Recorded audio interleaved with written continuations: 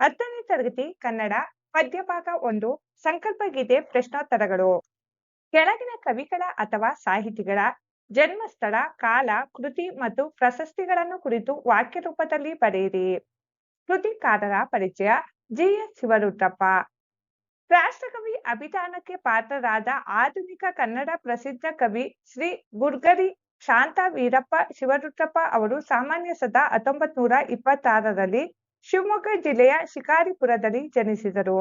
ಶ್ರೀಯುತರು ಎದೆತುಂಬಿ ಆಡಿದೆನು, ಸಾಮಗಾನ, ಚೆಲುವು ಒಲವು, ದೇವಶಿಲ್ಪ, ದೀಪದ ಹೆಜ್ಜೆ, ಅನಾವರಣ, ವಿಮರ್ಶೆಯ ಪೂರ್ವ ಪಶ್ಚಿಮ, ಮಾಸ್ಕೋದಲ್ಲಿ 27 ದಿನಗಳು, ಸೌಂದರ್ಯ ಸಮೀಕ್ಷೆ, ಕಾವ್ಯಾರ್ಥ ಚಿಂತನ ಮೊದಲಾದ ಪ್ರಮುಖ ಕೃತಿಗಳನ್ನು ರಚಿಸಿದ್ದಾರೆ. ಇವರಿಗೆ ಕೇಂದ್ರ ಸಾಹಿತ್ಯ ಅಕಾಡೆಮಿ ಪ್ರಶಸ್ತಿ, ಪಂಪ ಪ್ರಶಸ್ತಿಗಳು ಲಭಿಸಿವೆ. ಜಿ.ಎಸ್. ಶಿವರುದ್ರಪ್ಪ ವಿಚಲಿತ ಎದೆತುಂಬಿ ಆಡಿದೆನು ಕವನ ಸಂಕಲನದಿಂದ ಸಂಕಲ್ಪ ಗೀತೆ ಕವಿತೆಯನ್ನು ಆಯ್ಕೆ ಮಾಡಲಾಗಿದೆ. ಮುಖ್ಯ ಪ್ರಶ್ನೆ 1. ಕೊಟ್ಟಿರುವ ಪ್ರಶ್ನೆಗಳಿಗೆ ಒಂದೊಂದು ವಾಕ್ಯದಲ್ಲಿ ಉತ್ತರಿಸಿ. ಪ್ರಶ್ನೆ 1. ಯಾವುದನ್ನು ಎಚ್ಚರದಲ್ಲಿ ಮುನ್ನಡೆಸಬೇಕು? ಉತ್ತರ: ಬಿರುಗಾಳಿಗೆ ಒಯ್ದಾಡುವ ಹಡಗನ್ನು ಎಚ್ಚರದಲ್ಲಿ ಮುನ್ನಡೆಸಬೇಕು. ಪ್ರಶ್ನೆ ಸಂಖ್ಯೆ 2. ನದಿ ಜಲಗಳು ಏನಾಗಿವೆ? ಉತ್ತರ: ನದಿ ಜಲಗಳು ಕಲುಷಿತವಾಗಿವೆ. ಪ್ರಶ್ನೆ 3. ಯಾವುದಕ್ಕೆ ಮುಂಗಾರಿನ ಮಳೆಯಾಗಬೇಕು? ಉತ್ತರ: ಕಲುಷಿತವಾಗಿರುವ ನದಿ ಜಲಗಳಿಗೆ ಮುಂಗಾರಿನ ಮಳೆಯಾಗಬೇಕು. ಪ್ರಶ್ನೆ 4. ಕಾಡು ಮೇಡುಗಳ ಸ್ಥಿತಿ ಹೇಗಿದೆ? ಉತ್ತರ: ಕಾಡು ಮೇಡುಗಳ ಸ್ಥಿತಿ ಬರಡಾಗಿದೆ. ಪ್ರಶ್ನೆ 5. ಯಾವ ಎಚ್ಚರದೊಳು ಬದುಕಬೇಕಿದೆ? ಉತ್ತರ: ಮತಗಳೆಲ್ಲವೂ ಪದಗಳು ಎನ್ನುವ ಹೊಸ ಎಚ್ಚರದೊಳು ಬದುಕಬೇಕಿದೆ. ಕೊಟ್ಟಿರುವ ಪ್ರಶ್ನೆಗಳಿಗೆ 2-3 ವಾಕ್ಯಗಳಲ್ಲಿ ಉತ್ತರಿಸಿ. ಪ್ರಶ್ನೆ 1. ಹಡಗನ್ನು ಯಾವುದರ ಬೆಳಕಿನಲ್ಲಿ ಮುನ್ನಡೆಸಬೇಕಿದೆ? ಉತ್ತರ: ನಮ್ಮ ಬದುಕಿನ ಸುತ್ತಮುತ್ತಲೂ ಕವಿದಿರುವ ದ್ವೇಷವೆಂಬ ಕತ್ತಲೆಯನ್ನು ಕಳೆಯಲು ಪ್ರೀತಿ ಎಂಬ ಹಣತೆಯನ್ನು ಹಚ್ಚಬೇಕು. ಸಂಸಾರ ಸಾಗರದಲ್ಲಿ ಬಿರುಗಾಳಿಗೆ ಸಿಲುಕಿ ಒಯ್ದಾಡುತ್ತಿರುವ ಬದುಕೆಂಬ ಹಡಗನ್ನು ಜ್ಞಾನ ದೀವಿಗೆಯ ಮೂಲಕ ಎಚ್ಚರಿಕೆಯಿಂದ ಮುನ್ನಡೆಸಬೇಕಿದೆ. ಪ್ರಶ್ನೆ 2. ಕಾಡುಗಳಿಗೆ ಹೇಗೆ ಮುಟ್ಟಬೇಕಿದೆ? ಉತ್ತರ: ಋತುಗಳ ರಾಜನಾದ ವಸಂತನು ಬರಡಾಗಿರುವ ಕಾಡುಗಳು ಹಚ್ಚ ಹಸಿರಿನಿಂದ ಕಂಗೊಳಿಸುವಂತೆ ಮುಟ್ಟಬೇಕಿದೆ. ವಸಂತನ ಆಗಮನದಿಂದ ಬರಡಾಗಿರುವ ಕಾಡಿನಲ್ಲಿ ಮರ ಗಿಡಗಳು ಚಿಗುರಿ ಪ್ರಕೃತಿಗೆ ನವ ಚೈತನ್ಯ ಮೂಡಬೇಕಿದೆ ಎಂಬುದು ಕವಿಯ ಆಶಯವಾಗಿದೆ. ಪ್ರಶ್ನೆ 3. ಹೊಸ ಭರವಸೆಗಳನ್ನು ಮೂಡಿಸಿ ಯಾವುದರ ನಡುವೆ ಸೇತುವೆಯಾಗಬೇಕಿದೆ? ಉತ್ತರ: ಭಾಷೆ, ಜಾತಿ, ಮತ, ಧರ್ಮಗಳ ಭೇದ ಭಾವದಿಂದ ಮನುಷ್ಯರ ನಡುವೆ ಅಡ್ಡಗೋಡೆಗಳು ನಿರ್ಮಾಣವಾಗಿವೆ. ಸ್ನೇಹ, ಪ್ರೀತಿ, ನಂಬಿಕೆಯ ಮೂಲಕ ಮನುಷ್ಯರ ನಡುವಿನ ಈ ಅಡ್ಡಗೋಡೆಗಳನ್ನು ಕೆಡವಬೇಕು. ಬದುಕಿನಲ್ಲಿ ಹೊಸ ಭರವಸೆಗಳನ್ನು ಮೂಡಿಸಿ ಮನುಷ್ಯರ ನಡುವೆ ಸೇತುವೆಯಾಗಬೇಕಿದೆ. ಪ್ರಶ್ನೆ 4. ನಾಳಿನ ಕನಸನ್ನು ಬಿತ್ತಬೇಕಾದರೆ ನಾವು ಏಕೆ ಬದುಕಬೇಕು? ಉತ್ತರ: ನಾಳಿನ ಕನಸನ್ನು ಬಿತ್ತಬೇಕಾದರೆ ಎಲ್ಲ ಮತ ಧರ್ಮಗಳು ದಾರಿ ತೋರಿಸುವ ದೀಪಗಳಾಗಿರುವುದರಿಂದ ಎಲ್ಲ ಮತಗಳನ್ನು ಪುರಸ್ಕರಿಸುವ ಎಚ್ಚರಿಕೆಯಲ್ಲಿ ನಾವು ಬದುಕಬೇಕು. ಭಯ ಮತ್ತು ಸಂಶಯಗಳಿಂದ ಮುಸುಕಾಗಿರುವ ಮನದ ಕಣ್ಣಿನಲ್ಲಿ ಭವಿಷ್ಯದ ಕನಸನ್ನು ಬಿತ್ತುತ್ತಾ ಬದುಕು ನಡೆಸಬೇಕು. ಮುಖ್ಯ ಪ್ರಶ್ನೆ 3. ಕೊಟ್ಟಿರುವ ಪ್ರಶ್ನೆಗಳಿಗೆ 8-10 ವಾಕ್ಯಗಳಲ್ಲಿ ಉತ್ತರಿಸಿ. ಪ್ರಶ್ನೆ 1. ನಾವು ಯಾವ ಸಂಕಲ್ಪ ಕೈಗೊಳ್ಳಬೇಕೆಂಬುದು ಕವಿ ಶಿವರುದ್ರಪ್ಪನವರ ಆಶಯ? ಉತ್ತರ: ನಮ್ಮ ಸುತ್ತಲೂ ಹಬ್ಬಿರುವ ದ್ವೇಷದ ಕತ್ತಲೆಯನ್ನು ಕಳೆಯಲು ಪ್ರೀತಿಯ ದೀಪವನ್ನು ಹಚ್ಚುವ. ಸಂಸಾರ ಸಾಗರದಲ್ಲಿ ಬಿರುಗಾಳಿಗೆ ಸಿಲುಕಿ ಒಯ್ದಾಡುತ್ತಿರುವ ಬದುಕೆಂಬ ಹಡಗನ್ನು ಎಚ್ಚರದಲ್ಲಿ ಮುನ್ನಡೆಸುವ. ಪರಿಸರ ಮಾಲಿನ್ಯದಿಂದ ಕಲುಷಿತವಾಗಿರುವ ನದಿ ಜಲಗಳಿಗೆ ಶುದ್ಧೀಕರಿಸುವ. ಮುಂಗಾರಿನ ಮಳೆಯಂತಹ ಪರಿಸರ ಪ್ರೇಮಿಯಾಗುವ. ಬರಡಾಗಿರುವ ಕಾಡು ಮೇಡುಗಳು ಹಚ್ಚ ಹಸುರಿನಿಂದ ಕಂಗೊಳಿಸಿ ಸಂತೃಪ್ತವಾಗುವಂತಹ ವಸಂತ ಕಾಲವಾಗುವ. ಅತ್ಯಾಚಾರ, ಅನಾಚಾರ, ಭ್ರಷ್ಟಾಚಾರ, ಅಸ್ಪೃಶ್ಯತೆ, ಅಸಮಾನತೆಗಳಿಂದ ಅಂತಃಪತನಗೊಂಡಿರುವ ಸಮಾಜವನ್ನು ಹೊಸ ಭರವಸೆಯ ಮೂಲಕ ಮೇಲೆತ್ತುವ. ಭಾಷೆ, ಜಾತಿ, ಮತ, ಧರ್ಮಗಳ ಭೇದ ಭಾವದಿಂದ ಮನುಷ್ಯರ ನಡುವೆ ಉಂಟಾಗಿರುವ ಅಸಮಾನತೆಯ ಅಡ್ಡಗೋಡೆಗಳನ್ನು ಕೆಡವಿ ಸಮಾನತೆಯ ಮನೋಭಾವನೆಯನ್ನು ಮೂಡಿಸುವ ಸೇತುವೆಯಾಗುವ. ಎಲ್ಲ ಮತಗಳು ಸಾಧನೆಯ ದಾರಿಗಳು ಎಂಬ ಎಚ್ಚರದಲ್ಲಿ ಬದುಕುವ. ಭಯ ಹಾಗೂ ಸಂಶಯಗಳಿಂದ ಮುಸುಕಾದ ಕಣ್ಣುಗಳಲ್ಲಿ ಭವಿಷ್ಯದ ಹೊಂಗನಸನ್ನು ಕಾಣುವಂತೆ ಮಾಡುವ ಸದೃಢ ಸಂಕಲ್ಪವನ್ನು ಕೈಗೊಳ್ಳಬೇಕು ಎಂಬುದು ಕವಿ ಜಿ.ಎಸ್. ಶಿವರುದ್ರಪ್ಪ ಅವರ ಆಶಯವಾಗಿದೆ. ಪ್ರಶ್ನೆ 2. ಸಂಕಲ್ಪ ಮತ್ತು ಅನುಷ್ಠಾನದ ಕುರಿತು ಕವಿ ಶಿವರುದ್ರಪ್ಪನವರ ಅಭಿಪ್ರಾಯವನ್ನು ವಿವರಿಸಿ. ಉತ್ತರ: ನಾವು ಜೀವನದಲ್ಲಿ ಪ್ರೀತಿಯ ದೀಪವನ್ನು ಹಚ್ಚುವ ಸಂಕಲ್ಪ ಕೈಗೊಳ್ಳುವುದರಿಂದ ದ್ವೇಷರಹಿತ ಸಮಾಜ ನಿರ್ಮಾಣ ಮಾಡಬಹುದು. ನಾವು ಬದುಕಿನಲ್ಲಿ ಎಚ್ಚರಿಕೆಯಿಂದ ಮುನ್ನಡೆಯುವ ಸಂಕಲ್ಪ ಕೈಗೊಳ್ಳುವುದರಿಂದ ಎಂತಹ ಸವಾಲುಗಳನ್ನು ಧೈರ್ಯವಾಗಿ ಎದುರಿಸಬಹುದು. ನಾವು ಮುಂಗಾರಿನ ಮಳೆಯಂತೆ ಪರಿಸರ ಸಂರಕ್ಷಿಸುವ ಸಂಕಲ್ಪ ಕೈಗೊಳ್ಳುವುದರಿಂದ ನದಿ ಜಲಗಳನ್ನು ಶುದ್ಧವಾಗಿ ಇಟ್ಟುಕೊಳ್ಳಬಹುದು. ನಾವು ವನ ಸಂರಕ್ಷಣೆಯ ಸಂಕಲ್ಪ ಕೈಗೊಳ್ಳುವುದರಿಂದ ಕಾಡುಗಳು ಹಚ್ಚ ಹಸುರಿನಿಂದ ಸಮೃದ್ಧವಾಗುವಂತೆ ಮಾಡಬಹುದು. ನಾವು ಹೊಸ ಭರವಸೆಯನ್ನು ಮೂಡಿಸುವ ಸಂಕಲ್ಪ ಕೈಗೊಳ್ಳುವುದರಿಂದ ಸಮಾಜದ ನೈತಿಕ ಅಂತಃಪತನವನ್ನು ತಡೆಯಬಹುದು. ನಾವು ಸಮಾನತೆ ಮನೋಭಾವನೆಯುಳ್ಳವರಾಗುವ ಸಂಕಲ್ಪ ಕೈಗೊಳ್ಳುವುದರಿಂದ ಮನುಜರ ಅಸಮಾನತೆಯ ಅಡ್ಡಗೋಡೆಗಳನ್ನು ಕೆಡವಬಹುದು.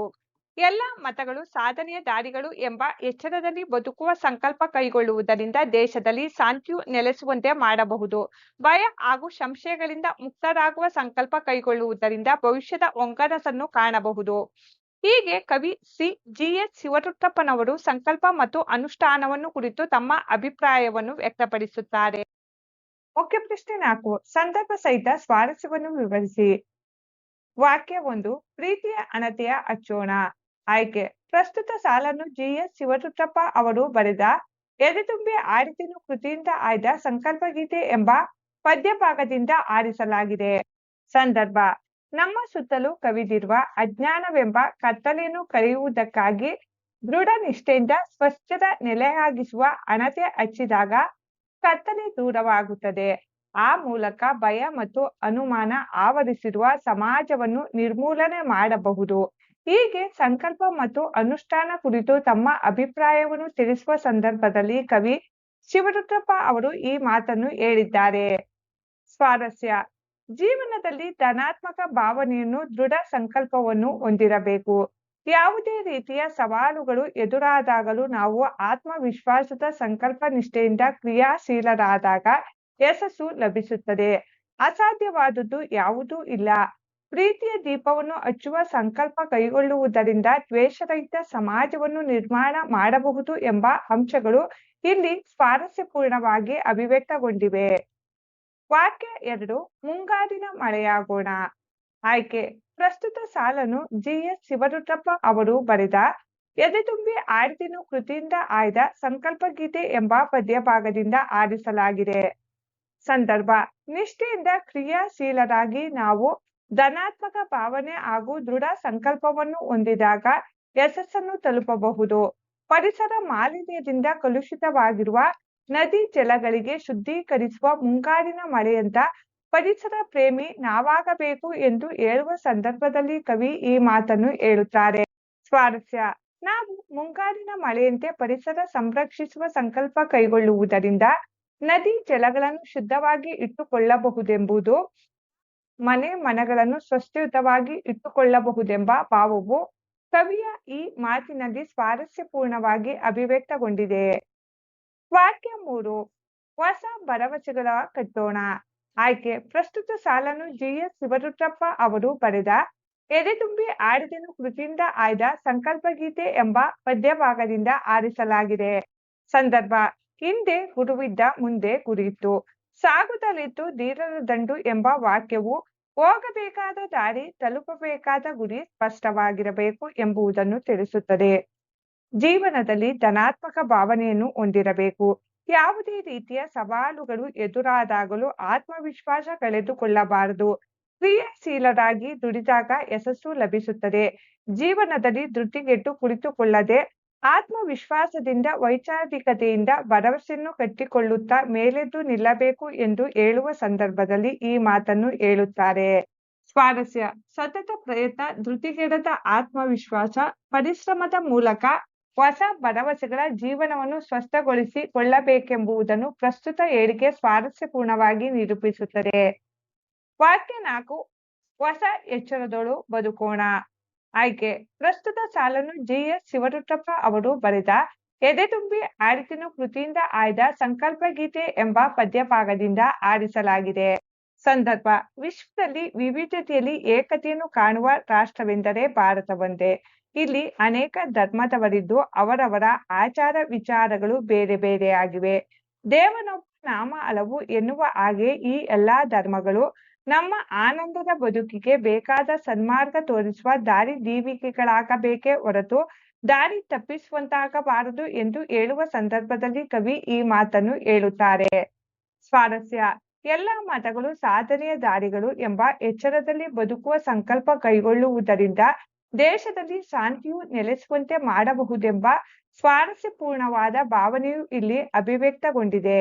ಮುಖ್ಯ ಪ್ರಶ್ನೆ 4. ಬಿಟ್ಟ ಜಾಗವನ್ನು ಸೂಕ್ತ ಪದಗಳಿಂದ ತುಂಬಿರಿ. 1. ಸಂಕಲ್ಪ ಗೀತೆ ಪದ್ಯವನ್ನು ಡ್ಯಾಸ್ ಕವನ ಸಂಕಲನದಿಂದ ಆರಿಸಿಕೊಳ್ಳಲಾಗಿದೆ. ಉತ್ತರ: ಎದೆತುಂಬಿ ಆಡಿದೆನು. ಸಂಕಲ್ಪ ಗೀತೆ ಪದ್ಯವನ್ನು ಎದೆತುಂಬಿ ಆಡಿದೆನು ಕವನ ಸಂಕಲನದಿಂದ ಆರಿಸಿಕೊಳ್ಳಲಾಗಿದೆ. 2. ಕತ್ತಲೆಯೊಳಗೆ ಪ್ರೀತಿಯ ಡ್ಯಾಸ್ ಹಚ್ಚೋಣ. ಉತ್ತರ: ಹಣತೆಯ. ಕತ್ತಲೆಯೊಳಗೆ ಪ್ರೀತಿಯ ಹಣತೆಯ ಹಚ್ಚೋಣ. 3. ಜಿ.ಎಸ್. ಶಿವರುದ್ರಪ್ಪನವರು ಡ್ಯಾಸ್ ಯಲ್ಲಿ ಸಮಾವೇಶಗೊಂಡ ಅಖಿಲ ಭಾರತ ಕನ್ನಡ ಸಾಹಿತ್ಯ ಸಮ್ಮೇಳನದ ಅಧ್ಯಕ್ಷರಾಗಿದ್ದರು. ಉತ್ತರ: ದಾವಣಗೆರೆಯಲ್ಲಿ. ಜಿ.ಎಸ್. ಶಿವರುದ್ರಪ್ಪನವರು ದಾವಣಗೆರೆಯಲ್ಲಿ ಸಮಾವೇಶಗೊಂಡ ಅಖಿಲ ಭಾರತ ಕನ್ನಡ ಸಾಹಿತ್ಯ ಸಮ್ಮೇಳನದ ಅಧ್ಯಕ್ಷರಾಗಿದ್ದರು. ಭಾಷಾ ಚಟುವಟಿಕೆ: ಮುಖ್ಯ ಪ್ರಶ್ನೆ 1. ಕೊಟ್ಟಿರುವ ಪದಗಳ ಧಾತುಗಳನ್ನು ಗುರುತಿಸಿ ಬರೆಯಿರಿ.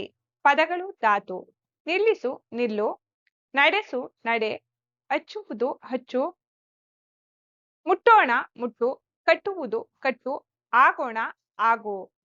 ಪ್ರಶ್ನೆ 2. ಪದಗಳಲ್ಲಿರುವ ವಿಭಕ್ತಿ ಪ್ರತ್ಯಯಗಳನ್ನು ಪ್ರತ್ಯೇಕಿಸಿ ಬರೆಯಿರಿ. ಪ್ರೀತಿಯ: ಪ್ರೀತಿಯ ಆ ಷಷ್ಠಿ ವಿಭಕ್ತಿ ಪ್ರತ್ಯಯ. ಬಿರುಗಾಳಿಗೆ: ಗೆ ಚತುರ್ಥಿ ವಿಭಕ್ತಿ ಪ್ರತ್ಯಯ. ಜಲಕ್ಕೆ: ಕೆ ಚತುರ್ಥಿ ವಿಭಕ್ತಿ ಪ್ರತ್ಯಯ. ಬಿದ್ದಿದ್ದನ್ನು: ಅನ್ನು ದ್ವಿತೀಯ ವಿಭಕ್ತಿ ಪ್ರತ್ಯಯ. ಪ್ರಶ್ನೆ 3. ಕೊಟ್ಟಿರುವ ಪದಗಳಲ್ಲಿರುವ ವಿಭಕ್ತಿಗಳನ್ನು ಹೆಸರಿಸಿ. ಸಂಶಯದೋಳ್ ಓಳ್ ಸಪ್ತಮಿ ವಿಭಕ್ತಿ ಪ್ರತ್ಯಯ. ಜಲದಿಂ ಇಂ ತೃತೀಯ ವಿಭಕ್ತಿ ಪ್ರತ್ಯಯ. ಮರದತ್ತಣಿಂ ಅತ್ತಣಿಂ ಪಂಚಮಿ ವಿಭಕ್ತಿ ಪ್ರತ್ಯಯ. ರಾಯಂಗೆ: ಗೆ ಚತುರ್ಥಿ ವಿಭಕ್ತಿ ಪ್ರತ್ಯಯ. ಪ್ರಶ್ನೆ 4. ಕೊಟ್ಟಿರುವ ಧಾತುಗಳಿಗೆ ವಿಧ್ಯಾರ್ಥಕ, ನಿಷೇಧಾರ್ಥಕ ಮತ್ತು ಸಂಭವನಾರ್ಥಕ ರೂಪಗಳನ್ನು ಬರೆಯಿರಿ. ಧಾತುಗಳು: ವಿಧ್ಯಾರ್ಥಕ, ನಿಷೇಧಾರ್ಥಕ, ಸಂಭವನಾರ್ಥಕ. ಆಡು: ಆಡಲಿ, ಆಡನು, ಆಯಿಯಾನು. ನೋಡು: ನೋಡಲಿ, ನೋಡಳು, ನೋಡಿಯಾಳು. ಕಟ್ಟು: ಕಟ್ಟಲಿ, ಕಟ್ಟರು, ಕಟ್ಟಿಯಾರು. ಕೇಳು: ಕೇಳಲಿ, ಕೇಳನು, ಕೇಳಿಯಾನು. ಓಡು: ಓಡಲಿ, ಓಡಾಳು, ಓಡಿಯಾಳು. ಓದು: ಓದಲಿ, ಓದರು, ಓದಿಯಾರು. ಬರೆ: ಬರೆಯಲಿ, ಬರೆಯನು, ಬರೆದಾನು.